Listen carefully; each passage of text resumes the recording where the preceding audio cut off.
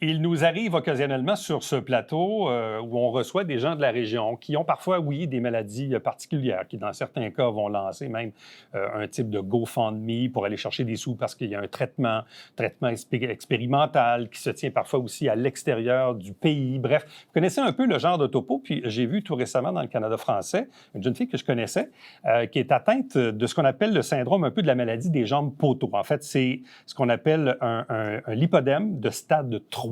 Elle est avec nous. Elle s'appelle Annabelle Sabourin. Bonjour et bienvenue. Bonjour, Éric. Bon, tu as à peine 27 ans.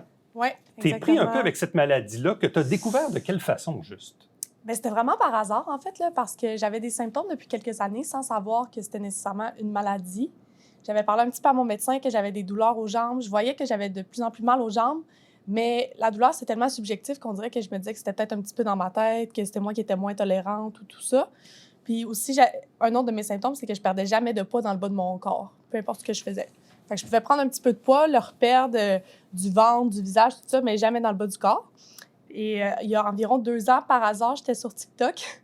J'ai vu une vidéo d'une fille qui a mis des photos de son corps à elle, qui ressemblait beaucoup au mien, qui a dit « Si toi aussi, tu as toujours des douleurs aux jambes, tu perds jamais de poids dans le bas de ton corps, tu sens que ton corps est lourd et tu fais beaucoup de bleu, tu es peut-être atteinte de lipodème comme moi. » Fait que simple comme ça, la vidéo de 15 secondes, ça m'a vraiment accroché. Puis là, j'ai commencé à aller faire des recherches.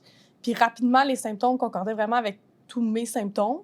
J'ai cherché aussi plus spécifiquement au Canada. Je trouvais rien du tout par rapport à ici. C'était beaucoup en Espagne, en Allemagne, en France. Il y avait beaucoup de reportages sur cette maladie-là déjà. Ici, je trouvais vraiment rien du tout. J'en ai parlé à mes proches aussi, savoir si c'est moi qui m'inventais une maladie. Je n'ai pas l'habitude d'être hypocondriaque, mais au cas où. Puis tout le monde trouvait vraiment que c'était trop clair pour ne pas être ça, en fait. Là. Donc, suite à ces informations-là, tu as amené ça à ton médecin qui, lui, après ça, fait des déductions ou il t'a envoyé voir un spécialiste? Non, ben j'en ai parlé à mon médecin. Mon médecin m'a dit que c'était possible, mais qu'il ne connaissait pas du tout ça. Il a fait la même chose que moi. Il a fait des petites recherches sur Google. Donc, c'est rare. Il a dit, non, en fait, les statistiques porteraient à croire que ce serait presque une femme sur 10. Mais dans ton cas, quoi, c'est plus extrême que d'autres ou plus grave que d'autres? Pas nécessairement. Je suis pas dans les cas les plus graves nécessairement, mais moi, je suis quand même à un stade avancé, là, pour mon âge surtout. Pour ton âge? Oui. Donc, le médecin fait quoi à partir de ce moment-là? Mon médecin de famille, rien. Je dirais, c'est vraiment pas... c'est pas avec lui qu'il y a des démarches qui se sont faites. C'est plus d'autres femmes du Québec que j'ai rencontrées par les réseaux sociaux qui étaient aussi atteintes de la maladie, qui, eux, se sont fait traiter ailleurs. Et il y a un médecin, si je ne me trompe pas, au Québec qui fait le diagnostic au privé, mais sa liste d'attente est trop longue, là. Donc, la plupart avaient eu leur diagnostic avec lui, puis étaient allés se faire traiter en Espagne, en Allemagne, aux États-Unis aussi. Donc, moi, j'ai contacté directement le médecin d'Espagne. Ah, directement? Oui, directement, par moi-même. J'ai demandé à avoir des consultations, des téléconsultations. Et ils m'ont fait remplir des formulaires. J'ai envoyé des photos de mon corps, des mensurations. On a eu plusieurs rencontres en vidéo pour finalement avoir un diagnostic. Donc là, tu as un diagnostic officiel. Oui. Explique-nous un peu pourquoi ou qu'est-ce que tu sais du fait qu'il n'y a pas de traitement disponible ici, là, au Québec ou au Canada? Bien, je sais que déjà, tout ce qui est entré, je pense, si je ne me trompe pas, là, à la phlébologie au Canada, on est un petit peu en arrière comparé à l'Europe, déjà de base. Ensuite, là, c'est des enjeux un petit peu plus de société, mais il y a beaucoup de sexisme dans le monde médical. C'est une maladie qui touche seulement les femmes et beaucoup de grossophobie médicale aussi. Donc, on assume que les femmes qui ont ce problème-là, c'est seulement un problème de poids, de surpoids, qui sont paresseuses, qui n'ont pas envie de bouger. Donc, oui, c'est ça. Bon, peut-être, pour le bénéfice des gens qui nous regardent, faire un peu la différence. Souvent, on entend parler de lymphédème. Oui. Prenons le cas typique d'une femme qui a un cancer du sein, se fait enlever des seins et des ganglions et se ramasse avec un gros bras, donc un lymphédème. Souvent, oui, dans les personnes qui souffrent d'obésité, on va trouver des lymphédèmes. C'est quoi la différence entre le lymphédème et le lipodème? Le lymphodème, je ne suis pas spécialiste, là, même du lipodème non plus, mais une des particularités vraiment du lipodème, c'est que tout est symétrique. Donc, le lymphodème, tu peux l'avoir d'un seul côté, par exemple, justement, un bras enflé, ça peut être inégal, mais le lipodème, c'est vraiment... mes deux jambes sont presque identiques, là, ça évolue au même rythme. Et aussi, le lymphodème, si je ne me trompe pas, ben, vu que c'est de l'enflure avec des drainages lymphatiques, tout ça, c'est plus le liquide lymphatique qui peut être éliminé, tandis que le gras malade du lipodème, lui, ne peut pas être éliminé à moins d'intervention chirurgicale. Mais ce que tu as, par contre, un lipodème pourrait devenir un lymphédème. Oui, c'est ça, parce que le gras malade, un peu, c'est comme ça que je l'appelle dans mon langage de mon âge, c'est que le gras malade vient bloquer un peu le système lymphatique. Donc, à long terme, le système lymphatique peut devenir plus endommagé, donc développer un lymphodème. Bon. Mais je ne suis pas rendue là. Le traitement qui est disponible en Espagne, dans ton cas, il consiste en quoi au juste? Ça aussi, c'est un petit peu difficile pour moi de l'expliquer, mais c'est une type de liposuction qui n'est pas fait ici, qui est une liposuction avec des jets d'eau. Donc, ils rentrent des petits tubes dans les jambes. Là. Moi, j'ai regardé plusieurs vidéos pour essayer de mieux comprendre, mais ils rentrent des petits tubes avec des jets d'eau pour essayer d'aller défaire le gras malade, puis d'ensuite le retirer. Mais moi, le médecin il a été très clair qu'il enlevait seulement le gras du lipodème et pas le reste du gras. Donc, ça se peut que mon corps ne ressemble pas à ceux des autres femmes. Chaque corps revient, dans le fond, à sa forme initiale un peu. Donc, on va avoir encore du gras, mais on va enlever le gras malade qui est supposé enlever les symptômes, donc la douleur surtout, les bleus, les problèmes de circulation, la lourdeur principalement. Bon. Aujourd'hui, tu as 27 ans. Tu es pris avec ça depuis quoi? 2-3 ans à peu près? Ça fait 2-3 ans que c'est beaucoup plus présent et que j'en ai conscience. Mais si je regarde plus loin, là, ça doit faire au moins début de ma vingtaine là, que j'ai des symptômes. Si tu ne fais rien, dans 2 ans, 5 ans, 20 ans, il se passe quoi? Ça reste comme ça ou ça empire comme problème? Présentement, moi, depuis 2 ans, je vois quand même une grosse amélioration, même en faisant les mesures un peu pour contenir la maladie. Par exemple, je porte des bas de compression à tous les jours, des orteils au nombril. Et malgré ça, la maladie avance.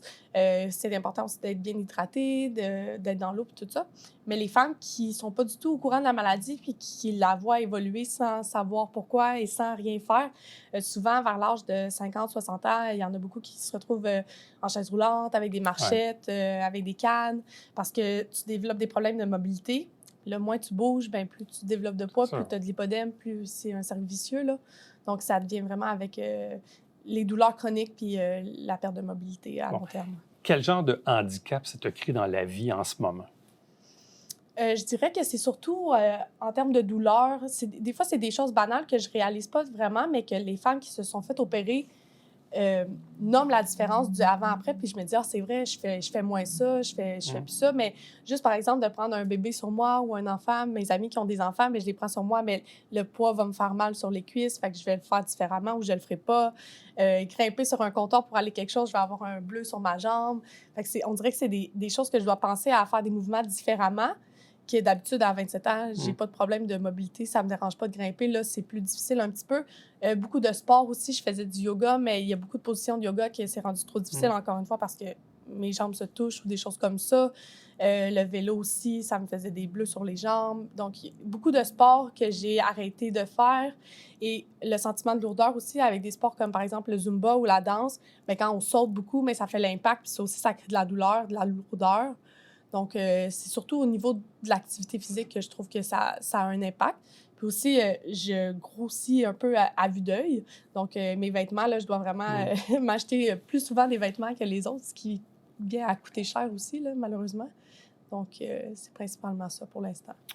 Bon, arrive évidemment la fameuse facture de 50 000 de ce que coûte, ce que je comprends, le traitement en Espagne? Oui, bien en fait, c'est que moi, je vais devoir avoir entre 3 et 4 chirurgies. Là. Ça, on va voir en personne après pour vraiment définir exactement. Là, ça va être ma première. Puis là, on pensait que ça allait coûter entre 10 et 12 000 pour l'instant, mais finalement, ça s'enligne plus pour coûter 16 000 avec tous les frais entourant la maladie. Là, Parce que, par exemple, la chirurgie en tant que telle va me coûter 8 000 $ canadiens. Mais après ça, il y a le billet d'avion, il y a le logement, mes bas de compression, c'est un 500 $ de plus. Je dois avoir des drainages lymphatiques aussi, comme on parlait du système lymphatique là, qui doit être drainé. Mais tout ça, c'est pour une opération. Donc, ça, si je comprends qu'il faut que tu en aies 3-4, c'est là que ça monte à 50 000 là. Là. Ouais. Sur combien de temps, dans le fond? Si tu as à subir 3-4 chirurgies, ça peut s'étaler sur combien de temps? Dans un monde idéal, il faudrait que j'aie les chirurgies à 2 à 4 mois d'intervalle environ. Pas plus que ça? Non. 2 à 4 mois d'intervalle? Oui, parce que c'est par section. Donc là, la première que je vais aller faire, on va commencer au genou, puis on va faire jusqu'aux chevilles. Après, on va monter un petit peu comme ça tranquillement, pas vite. OK, fait qu'idéalement, tu y vas 2-3 mois après, tu y retournes, 2-3 mois après, tu y Idéalement, retournes. Là. Fait que c'est quand même plusieurs allers-retours dans une même année. Oui, idéalement. Bon, évidemment, 50 000 à 27 ans, là, quand on n'est pas indépendant de fortune, c'est quand même un joyeux montant. Comment tu arrives à faire un peu le montage financier de tes traitements? Es-tu un peu dans une, je le dis en introduction, il y en a qui font des GoFundMe. Là, j'ai vu que tu as participé à un petit festival, là, le Salon du Printemps au 145 rue Latour. Ces gens-là t'ont peut-être aidé un tout petit peu. Bref, comment tu fais pour récolter cette somme-là? Je dirais que j'essaie de ne pas voir trop le gros montant d'un coup parce que ça, c'est vraiment intimidant. Puis je pense que je n'aurais pas été capable d'aller de l'avant comme ça. Là. Mais je m'étais dit en premier avec le 10-12 000 que j'allais trouver une solution. J'avais déjà une partie, moi, d'économiser qui était en fait pour acheter une maison. Mais que là, je me suis dit, ça, c'est plus important. Ma qualité de vie est plus importante que l'achat d'une maison. Donc, j'avais l'intention de prendre cet argent-là aussi. Mais là, le fait d'avoir justement un GoFundMe ou des dons au Salon du Printemps, tout ça, bien, ça me permet de faire en sorte que l'argent que j'ai de récolter pourra peut-être aller à la deuxième. Puis là, peut-être que d'ici là, je pourrais aussi récolter plus de dons. Ou, c'est impossible de se faire rembourser ça par la RAMQ ici au Québec? De ce que j'ai compris, non. Mais ça aussi, c'est une autre chose, c'est que c'est très difficile d'avoir des informations. Tu sais, à qui on demande? Pour ça, moi, j'envoie des demandes à mes assurances, mais les assurances refusent parce que c'est pas reconnu. Mais à qui on demande pour que ce soit reconnu? On est un petit peu laissé à nous-mêmes. Là, dans cette, tu travailles dans quel domaine? Moi, je suis enseignante de maternelle. Oui. Bon. Mais pour le moment, ta condition ne t'empêche pas de travailler? Non. Non, parce que être debout, c'est pas nécessairement douloureux. Là. C'est plus que j'ai de la lourdeur, puis je suis plus fatiguée, je pense, que certains de mes collègues, mais ça m'empêche pas nécessairement de le faire physiquement. Bon. Psychologiquement, comment tu passes au travers cette épreuve-là, qui est quand même plate, on va se le dire? Là? À 27 ans, d'être prêt avec ça, là, c'est un peu plate. Oui, mais je dirais que depuis que je sais que j'ai la maladie, c'est plus facile à l'accepter parce que c'est moins de ma faute. Là. Justement, je peux me comparer à d'autres femmes qui l'ont fait, partager nos histoires, puis tout ça. Puis aussi, depuis que j'ai partagé publiquement que j'avais la maladie, que j'en parle, j'en parle ouvertement avec mes collègues, ma famille, tout ça, je reçois beaucoup de support des gens, puis ça aussi, ça m'aide. Là. Quand je porte mes bas de compression le matin puis que je les trouve trop serrés, je me dis « Ah, je suis pas toute seule, il y a plein de gens qui pensent à moi, qui m'encouragent, puis ce soutien-là, il compte pour beaucoup, là, pour moi. » Donc, Annabelle Sabourin, là, si vous tapez ça dans les moteurs de recherche, le via entre autres le GoFundMe pour pouvoir donner un petit coup de pouce pour les traitements. Donc, on sympathise évidemment avec ça. Puis en te souhaitant la meilleure des chances, puis en souhaitant que tu puisses régler ça pour améliorer ta qualité de vie. Merci beaucoup, Éric. Ça fait plaisir. Restez avec nous. On vous revient après ceci.